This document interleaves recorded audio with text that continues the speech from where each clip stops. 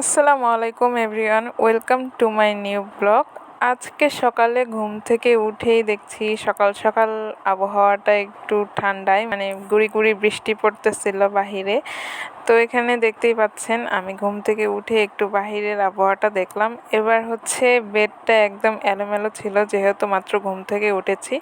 তো প্রথমে কাঁথাটা গুছিয়ে নিলাম। আজকে আপনাদের সাথে শেয়ার করব যে গত 6 দিন পরে একদিন ছুটি পাওয়ায় ঘরের মধ্যে কি করলাম। মানে গত 6 দিন ধরেই আমি ডিউটি করতেছি, একদিনও ছুটি পাই নাই। আজকে ছিল ছুটির দিন, তো ছুটির দিনটা কিভাবে কাটালাম সেটাই আপনাদের সাথে শেয়ার করব। তো দেখতেই পাচ্ছেন এখানে বেড বিছানা সুন্দর করে আমি ঝেড়ে ঝুড়ে একদম সুন্দর করে রেডি করে ফেলেছি। প্রথমে বেডটা গুছিয়ে নিলাম, এরপরে ওয়াশরুমে চলে গেলাম হাত মুখ ধুতে। তো এই যে ব্রাশ আর পেস্ট নিয়ে নিয়েছি, এবার ব্রাশ করে ফ্রেশ হয়ে তারপরে চলে আসলাম, এসে নাস্তাও করে নিয়েছিলাম। এরপরে ভাবলাম যে ঘরটাও একটু ঝাড়ু দেওয়া যাক।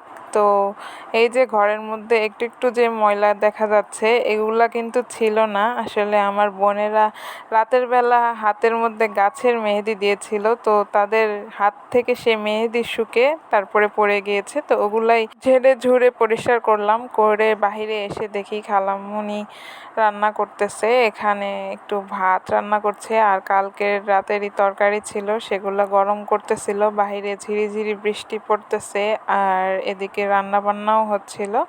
এরপরে আমি কয়টা মাছ ভেজে নিলাম খাওয়ার জন্য ভাত দিয়ে।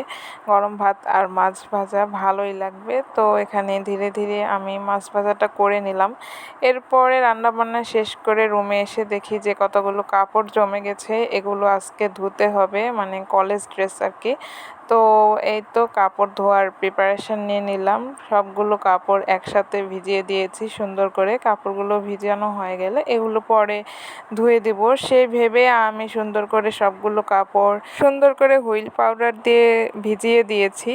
তো কাপড় ভিজানো হতে না হতেই দেখি বাহিরে একদম ঝুম বৃষ্টি। তো মনে মনে ভাবছিলাম যে আজকেই কাপড়গুলো ভিজালাম আর আজকেই এরকম বৃষ্টিটা আসতে হলো। তো কি আর করার, যেহেতু ভিজিয়েই ফেলেছি তো এগুলো ধুয়েও দিলাম। এরপর ধুয়ে সবগুলো কাপড় নিয়ে চলে গেলাম ছাদে। এই তো ছাদে এসে পড়েছি, আর দেখতেই পাচ্ছেন একদম চারিদিকে এখনও অন্ধকার, কখনো কখনো একটু করে রোদ উঠতেছে আবার কখনো চলে যাচ্ছে, এরকম করেই চলতেছে সকাল থেকে। তো কি আর করার, কাপড় তো শুকাতেই হবে যেভাবেই হোক। কালকে আবার ডিউটি আছে, তো আমি ওইভাবেই কাপড়গুলো এখানে ছাদে মেলতে এসেছি। দেখতেই পাচ্ছেন ছাদের উঠে আশেপাশে একটু দেখিয়ে দিলাম। এরপর কাপড়গুলো মেলা হয়ে গেলে আবার নিচে চলে আসলাম। নিচে চলে এসে দেখি যে দুপুরের রান্না চলছে। এখানে খালামুনি এক পাশে বড় মাছ ভাজতেছে, ওটা দিয়ে কিছু একটা রান্না করবে, আর এই পাশে দেখতেছি যে শাপলা রান্না করতেছে। মানে এই শাপলা যে খাওয়াও যায়, আগে কখনো জানতাম না, এই ঢাকা শহরে এসেই দেখতেছি যে শাপলাও নাকি খাওয়া যায়। তো ওইটাই আজকে আমার খালামুনি হচ্ছে চিংড়ি মাছ দিয়ে রান্না করেছিল, অবশ্য খেতে মজাও হয়েছিল।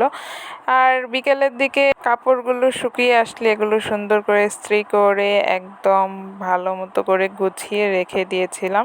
তো এই ছিল আমার আজকের সারাদিনের কাজকর্ম, আপনাদের সাথে শেয়ার করলাম। কেমন লাগলো অবশ্যই জানাবেন, ভালো লাগলে লাইক কমেন্ট শেয়ার ফলো করে পাশে থাকবেন। আল্লাহ হাফেজ গাইস।